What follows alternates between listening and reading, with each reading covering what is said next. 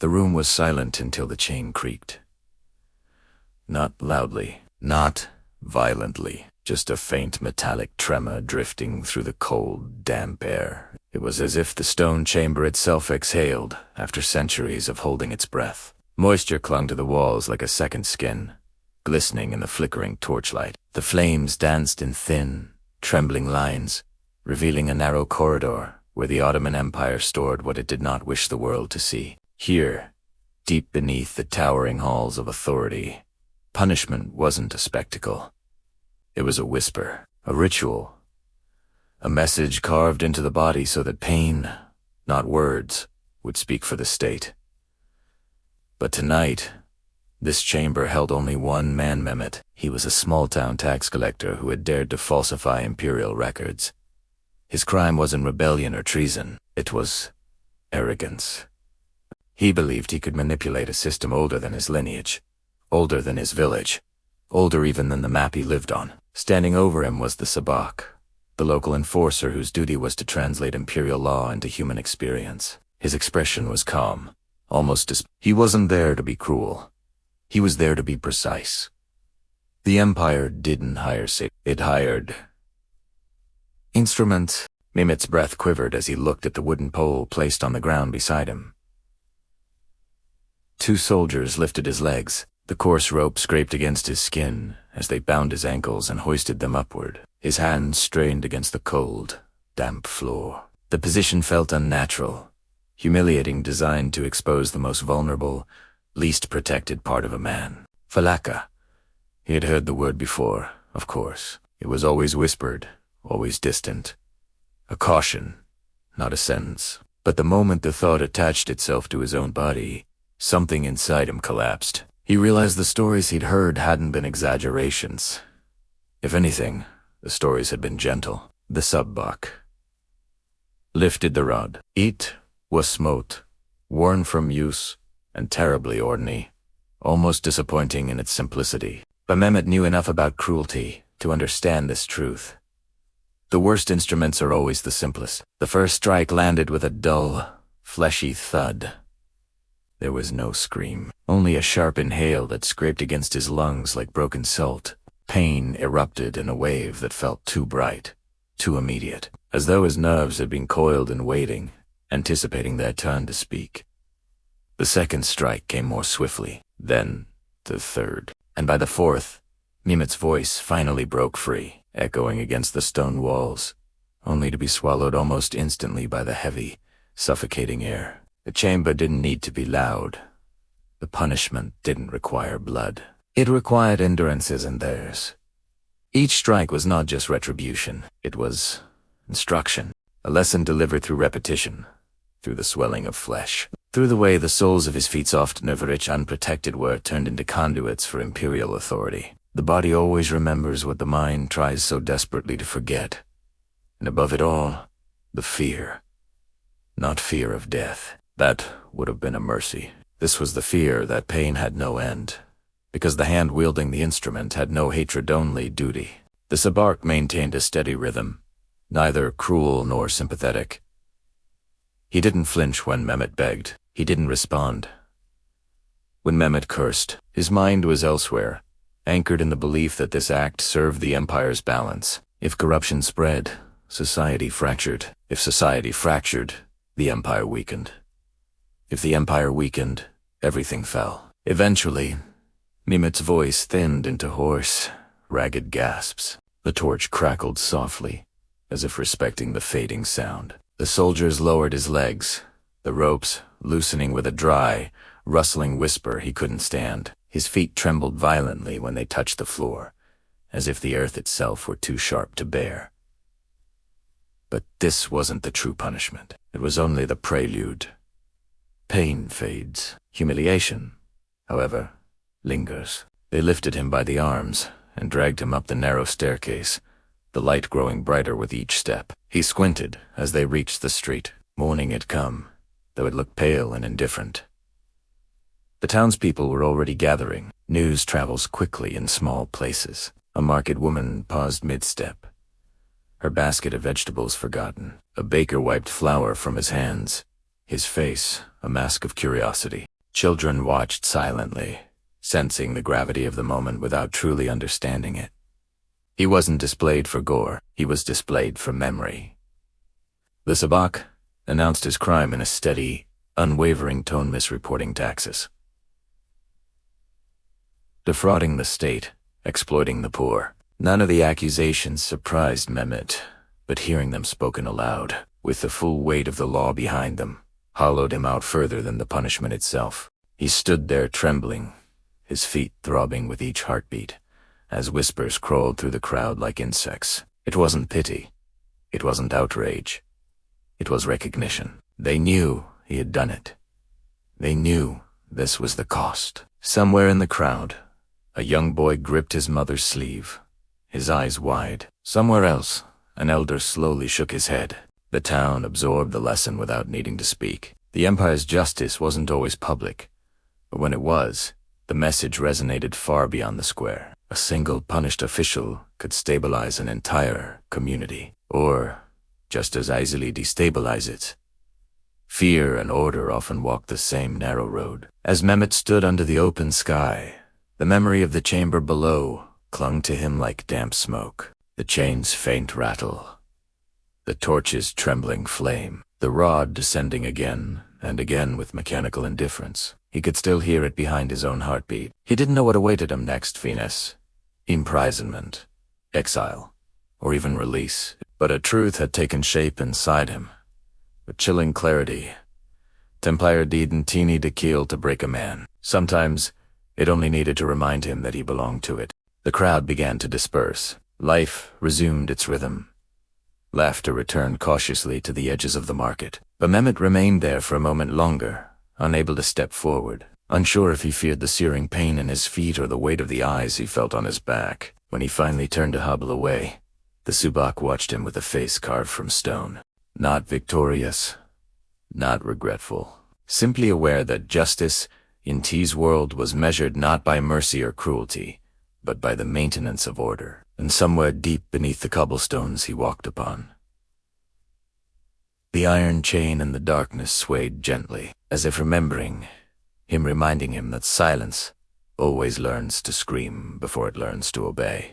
Thanks for what? The wind scraped along the fortress walls like a dull blade, carrying with it the taste of iron and damp stone. In the courtyard below, the morning light washed over a wooden platform that seemed to empty, to clean like a stage, waiting for a tragedy to unfold. The Empire had many such platforms, but this one bore a history carved deep into its grain, a memory that lingered even when no one stood upon it. Standing near its edge was Captain Hallel, commander of the frontier garrison. His uniform was crisp, but his eyes carried the weight of sleepless nights, heavy with the tension that clung to border towns, like a second climate. Trouble had been stirring in the mountains. Tax caravans were attacked, messengers vanished, and whispers of rebellion slithered through forests the Empire barely controlled.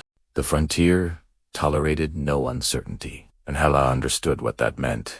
Someone would need to be made into a lesson. The prisoner, Arslan, was dragged into the courtyard just as the sun crested the horizon. His wrists were bound, his breathing uneven. He had once been a respected woodsman, known for his knowledge of hidden paths and distant valleys. But desperation makes strange alliances, and the Empire believed he had offered guidance to the raiders who ambushed an imperial convoy. Whether he had done so willingly or under coercion mattered very little now. The frontier had no patience for ambiguity.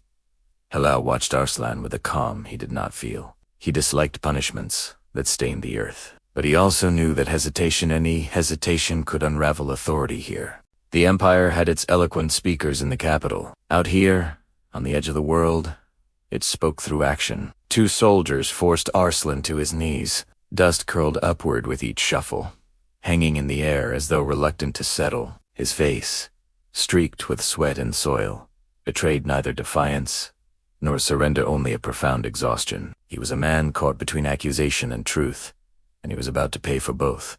Halal stepped closer. The distance between them seemed to tighten the air. Arslan raised his eyes, searching for mercy, for reason, for anything human behind the commander's rigid posture. But fate on the frontier was rarely human. "I didn't lead them," Arslan murmured, his voice thin yet steady, shaped more by resignation than hope. They forced me. Halal heard the words, but did not allow them to take root. His orders were already sealed in the rhythm of the morning. The Empire did not grant its commanders the luxury of doubt.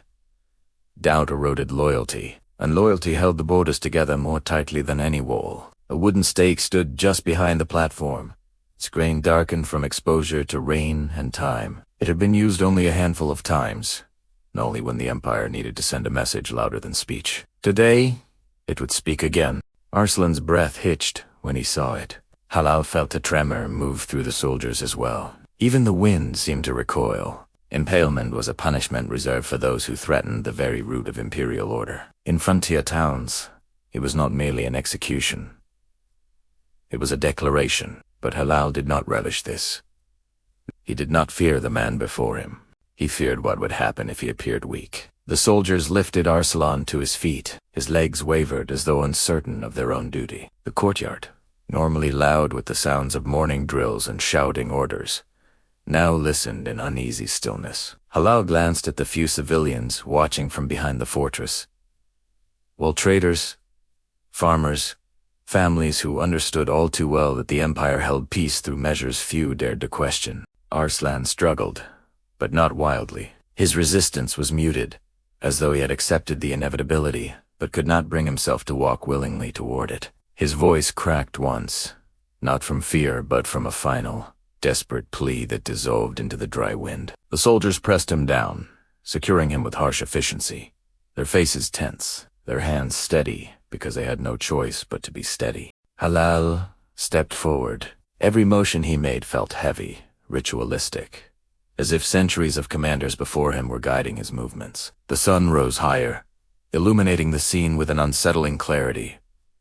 Nothing was hidden, nothing was soft. As the preparations began, Arslan let out a sound that was half breath, half. His eyes found Halal's one last time, not begging, not cursing, but asking something deeper.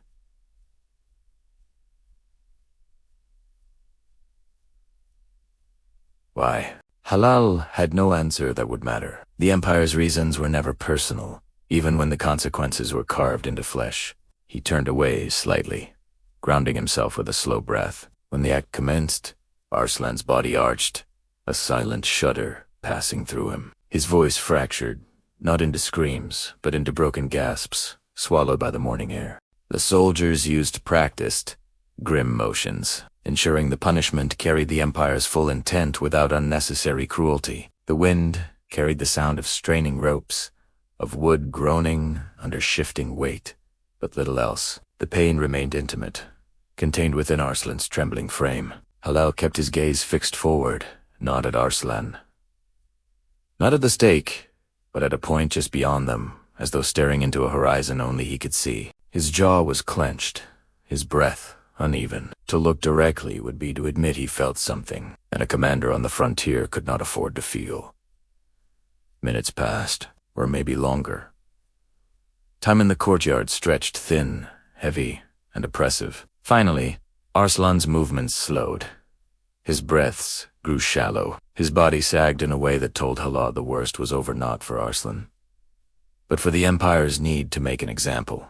The crowd behind the walls stood in an uneasy silence. No one dared whisper. The punishment had not been performed for their entertainment. It had been performed for their memory. Halal stepped closer, the dirt crunching beneath his boots. Arslan's eyes fluttered open, glassy yet aware. Halal saw fear, pain, and something else, a quiet, bitter clarity. The kind a man finds when he realizes the truth of his world just moments before leaving it. There were no words to offer, no comfort to pretend. Halal nodded once, a gesture so slight it barely existed. Arslan exhaled, a final breath that seemed to dissolve into the wind. The soldiers stepped back. The courtyard exhaled with them. Halal gave the order to leave the body where it was visible from the gates, unmistakable in its meaning. Not for long, just enough for the message to root itself in every mind that passed. The Empire had spoken not with rage, not with chaos, with certainty. As Halal walked away, each step felt heavier, as if the earth had absorbed Arslan's final breath and laid it beneath the commander's feet. The mountains in the distance looked unchanged, indifferent, waiting. This was only one rebellion. One man. One message. But Halal knew the frontier would ask more of him, and the Empire would expect him to answer again and again until warnings turned into silence. Night settled over the fortress like a heavy curtain, muting color and softening sound. Inside the barracks, Captain Halal stood beside a narrow doorway, his hand on the rough stone. He had spent the day watching a man die, and now he faced a different kind of burden, one that did not bleed, but still left scars. The prisoner inside the chamber wasn't bound or beaten. She sat on the floor, her back against the wall, as if meditating. But there was no peace in her posture, only exhaustion. Her name was Seema, a caravan guide from the northern mountains. Her reputation had been built on trust, but now she was accused of delivering messages between raider clans and rebels. Halal studied her, quietly. He didn't enter. The cold chamber was a punishment designed with purpose, to erode certainty, to drain hope through silence, to replace air with doubt. No rods, no blades, just time, stretched so thin it scraped against the mind. Seema lifted her eyes. In the dim light, they reflected a muted defiance. "How long will you leave me here?" she asked, her voice dry but steady. Halal didn't answer. His orders forbade it. Words strengthened identity. Silence dissolved it. He watched her, measuring her composure. She didn't tremble or plead, but the chamber had begun its work. The subtle twitching of her fingers, the way her shoulders stiffened at every sound. They called it the cold cell, not just for its temperature, but because it froze the sense of self until the prisoner no longer knew where the resistance ended and the Empire's will began. "You think this will break me?" she whispered. "You think silence can do what your punishments cannot?" The words touched something in Halal. The Empire taught that pain could discipline the body, but uncertainty could discipline the soul. He stepped inside the chamber. The air felt heavier. "You guided them," he said quietly, breaking protocol. "You opened the mountain pass." Seema stared at him. "I guided merchants. I guided pilgrims. Raiders do not ask for guides, they take 'em." Halal's jaw tightened. The frontier was not a place where truth lived cleanly. Every confession, every denial, was stained by survival. He wanted to believe her. "If you are innocent," Halal said, "then someone used you."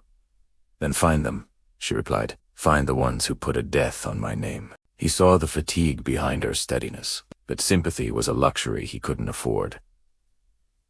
The Empire demanded clarity. He stepped back. "You will stay here," he said, "until the truth reveals itself." Truth. He felt the word sour in his mouth. When he left, the sound of the lock sliding into place echoed like a verdict. He hated these punishments. Pain was honest. This psychological erosion was like water wearing down a stone, one drop at a time. Seema's calm unsettled him. It reminded him that a human could endure pain more easily than uncertainty. Pain had limits. Uncertainty did not. Later that night, Halal returned to the corridor. He paused outside Seema's chamber, listening. No cries, only slow, controlled breathing. The kind a person uses to remain human when the walls try to take it away. He opened the door quietly. Seema looked up. The cold had carved shadows beneath her eyes. "You don't believe me," she said softly. Halal didn't reply. In truth, he did believe her more than he trusted the reports, more than he trusted the garrison's suspicions. But belief had no place here. The Empire didn't reward intuition. It rewarded outcomes. He stepped inside again. This time, he knelt, bringing himself closer to her level, a gesture both unexpected and dangerous. "Help me find the truth," he said, "and I will help you survive this." Seema studied him with a gaze sharpened by suffering. "If I tell you what I know," she whispered, "the raiders will kill my family. If I stay silent, the Empire will kill me." Halal felt the conflict settle between them like a stone dropped into still water. Each ripple carried the same message. Whatever choice she made, someone would pay, arose slowly. "You have until dawn," he said. The door closed. Taylor slid, and Alal walked away knowing the truth would cost more than he was prepared to give yet. Dawn would demand an answer all the same. The storm that had been brewing on the horizon finally broke the following evening. It rolled over the valley with a fury that rattled the ranch-s windows and sent the horses rearing in their stalls. I stood in the open doorway of the barn, already soaked from the sudden downpour, watching as lightning carved the sky into violent streaks of white. The air crackled with electricity, thick and heavy. Just then, Evelyn hurried toward me, clutching her coat tightly around her shoulders. Her eyes were sharp with worry, but I could tell it wasn't the storm that troubled her. The tension that had simmered between us since the night of my confession had grown heavier, settling into the quiet moments like a stubborn shadow. For days, she'd avoided meeting my eyes, and I hadn't pushed. I sensed she was wrestling with something deeper than she'd yet revealed. But now, caught in the storm's chaos, it seemed she couldn't hold it in any longer. "You should come inside," she said, her voice rising to be heard above a crack of thunder. "It's dangerous out here." "And leave the horses panicking," I replied, brushing the water from my brow. "They need to hear a calm voice right now." She stepped closer, her boots sinking into the mud, and I saw her breath tremble. "Cole, there's something I need to tell you, and it can't wait anymore." A chill that had nothing to do with the cold slipped down my back. The look in her eyes told me this was serious. I took a deep breath and nodded for her to continue. But before she could get the words out, a terrified scream pierced the storm. It came from the far side of the property high, sharp and unmistakably human. I didn't hesitate. I bolted toward the sound, mud splashing beneath my boots, the flashes of lightning guiding my path. Evelyn was right beside me, running at my side despite the rain beating against her like fists. The scream came again, but weaker this time, almost swallowed by the thunder. We reached the old sheep shed at the base of the ridge. The door hung crooked on its hinges, slamming against the wall with each gust of wind. Through the gap, a soft whimper echoed. I pushed the door open and stepped inside. There, huddled in the corner, drenched and shaking, was Digolwidi found in the woods. 3 nights earlier, the silent stranger with the haunted eyes. She was curled into herself, as though trying to disappear, her hands pressed tightly over her ears. Evelyn knelt beside her instantly. "Sweetheart, what happened? Why are you out here?" she asked gently. The girl's lips trembled. She pointed toward the darkness beyond the open door, her voice barely a whisper. "They're coming." I stiffened. "Who?" The girl only shook her head violently, too terrified to answer. Her gaze locked on something behind us, something moving through the curtain of rain with deliberate, steady steps. I turned slowly. Through the storm's haze, 3 figures emerged. They walked with a predatory confidence that sent a sharp spike of danger through my chest. These weren't ranchers. They weren't lost travelers. Their shapes were too steady, too sure, too unbothered by the wrath of the storm. I heard Evelyn's breath hitch behind me. I moved to stand in front of her and the girl, my body blocking the doorway as the first figure stepped close enough for the lightning to illuminate his face. A jagged scar cut down his cheek, and he wore a grin that didn't reach his cold eyes. "Evening," the scarred man drawled, his voice slick and low. "Seemed we lost something of ours. Thought she might have wandered this way." I didn't move. My voice was low and firm. "She's under our roof now." The man's smile hardened, turning cruel at the edges. That wasn't a request. Evelyn clutched the girl protectively, pulling her closer. I stared the intruders down, my heartbeat steady despite the immediate threat. I'd dealt with wolves before. These were just the kind that walked on 2 legs. Lightning boomed overhead, casting all 4 of us in a stark, ghostly light. "Get off my land," I said quietly, each word laced with a warning. The wind howled around us. Rain poured down in sheets, and the men didn't budge. Then, almost imperceptibly, the scarred man lifted his hand, signaling to the others. I saw the shift in their stance, the coiled tension, the readiness for violence. Before anything could happen, the girl suddenly stood, her trembling frame forcing its way between me and Evelyn. She shook her head frantically, tears streaking through the mud on her cheeks. "Please," she whispered, her voice cracking. "Don't fight them." You don't know what they're capable of. I felt the truth of her fear, like a blade against my throat. But I also knew one thing with unwavering certainty. I wouldn't let strangers, dangerous men with unknown intentions walk into my storm-soaked night and take a terrified child, not while I still had breath in my lungs. The men stepped forward. I braced myself. And then, just as the first man crossed the threshold of the shed, the storm made a decision of its own. A deafening crack split the sky, and a massive oak tree at the edge of the field collapsed with a thunderous roar. The ground trembled beneath us, and the intruders stumbled back, their confidence broken for a split second. For a moment, everything froze. Lightning, the rain, our breath. The men exchanged a quick, uncertain glance. Then, as swiftly as they had appeared, they retreated back into the storm's veil and vanished. I finally exhaled, steadying myself on the shed's frame. Evelyn held the girl close, murmuring reassurance, but my mind was already racing, the weight of what just happened settling like a stone in my gut. Who were those men? What did they want with this girl? And what truth was Evelyn still too afraid to tell me? The storm raged on, but as we hurried back toward the house, it wasn't the thunder that kept me awake. It was the sudden, undeniable certainty that our quiet ranch life had just been shattered, and whatever was coming next would demand more strength than any of us were ready for. The real storm, I realized, was just beginning.